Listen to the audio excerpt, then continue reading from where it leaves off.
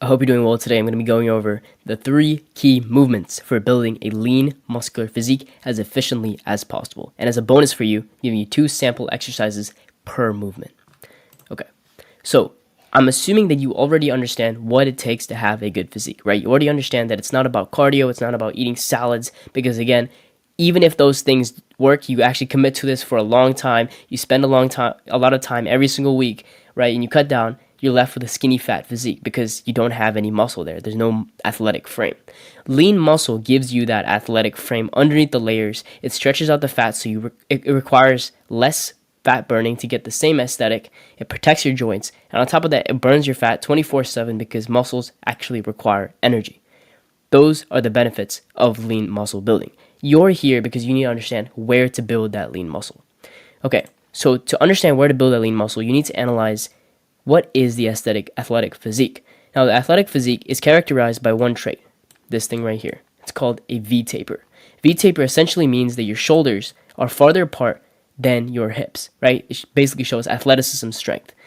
And all the movements I'm going to give to you today will accentuate this feature. So first of all, we have pushing vertically towards the head, right? So this means you're pushing with your arms are here, you're pushing upwards towards your head. That's why I have this arrow right here, vertical up pushing. Vertical up pushing is very important to activate your shoulders, which give you, again, that larger shoulder to width ratio. The next thing is you got to understand before I tell you the next exercise. Imagine you had a large shoulder to hip ratio, right? But your body would just look like this, and that would just look very strange. You need to connect your shoulders to your hips in a very streamlined fashion by activating and growing the muscle in your lats. This muscle right here that comes down like this. And the best way to activate that muscle is to use horizontal pulling. So you're pulling something from here all the way here with your arms. Now, the third movement I'm going to give to you, the third most efficient one, is kind of counterintuitive, right? This exercise is going to strengthen the quad muscles here. And you're wondering, how does that affect it? Well, the larger your quads are, the more you create this X shape, right? And obviously sorry, that wasn't a good X. You create this X shape, right? And obviously an X has a small crossing point. And by building up your quads, you accentuate the narrowness of the waist. And so to do that kind of exercise, you basically want to do squats where you're coming down and you're pushing with your quads. You're activating your quads to push your knee from this position all the way back to this position. And a pro tip here, right? Normally, to get the most out of a squat for your quads, lift up your heel. Put something here, right? So when you squat, you're fully putting a lot of that weight on your quads. Those are the 3 movements. Okay.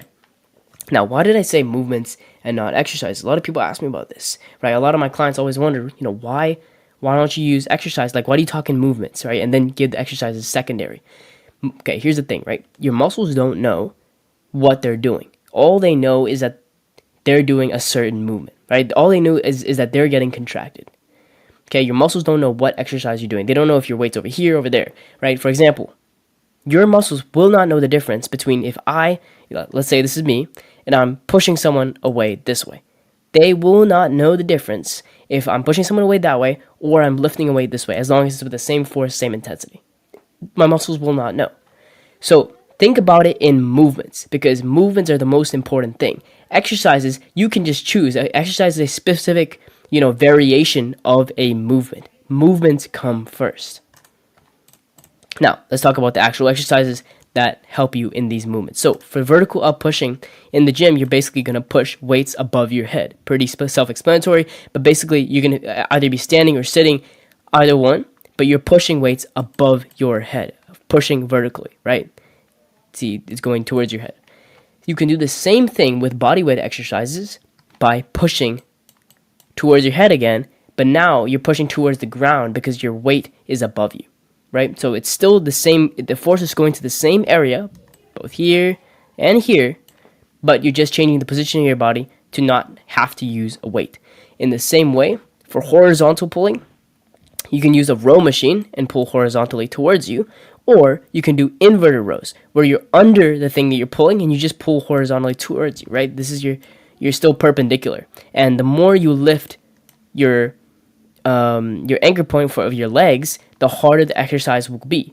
That's the way you progress. And then for squats, right, you're coming down, but you have a weight on top of you. You're putting more weight on yourself.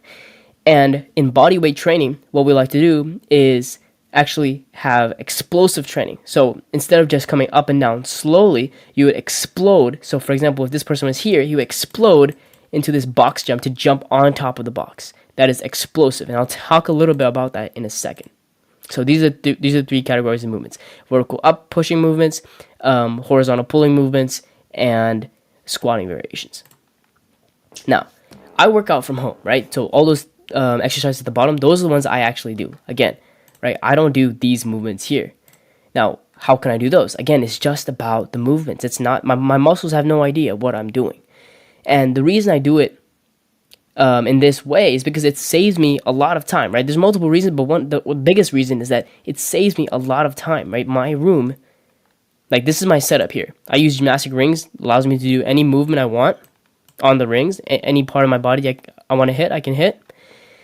And, they hang from my pull-up bar. I just mounted it here on my wall, and it's literally 10 feet away from my room. I don't have to wait in traffic. I don't have to wait for anybody else to get off the machines that I want. I don't have to go to the gym at all. I can just stay at my own house at my convenience when it fits into my schedule and easily work out. That's the first reason. Second reason is that rings actually provide you with a lot of instability. So when you're doing a Smith machine press, right, everything is already stabilized. Is that so good if you want to actually take care of your body? Because when you introduce instability into your workouts, what else are you introducing into your workouts?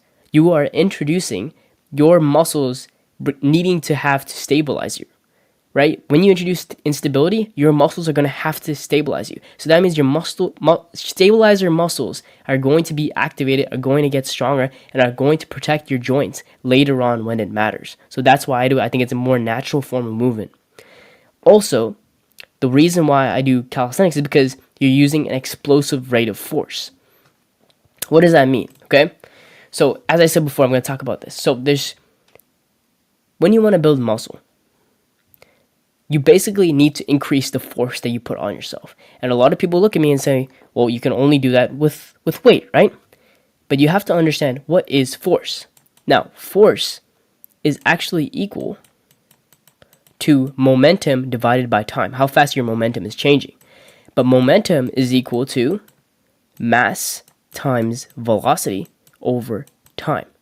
Okay? Now, a lot of people, they just increase their mass. And because they increase the mass that's on their body, because if you increase the weight, the force will automatically increase. You're putting on more weight, of course, the force will increase. But you can also do it in a different way. Instead of increasing your mass, you can actually increase your velocity.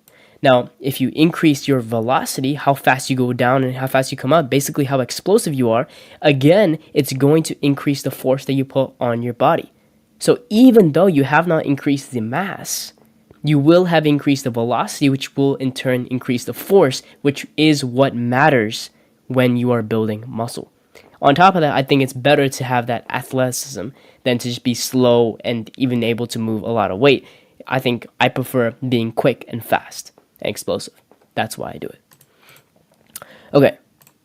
Now, if you are a busy professional, I help corporate workers exercise more efficiently, right? Less than 3 hours per week with gymnastic rings from home. You can see you don't have to go to the gym. There's none of that. Like 3 hours per week means 3 hours total.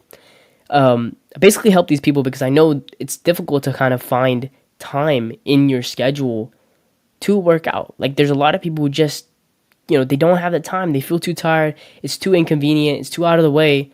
And I want to kind of help you with that. Okay? So if you are a busy professional, you can check out the link below. Go click that and I will help you there. So with that, I hope that you at least got something valuable from this presentation. Hopefully you understand the 3 movements, the exercises. If you want real help, you can check out the link right below. I hope you got a good one.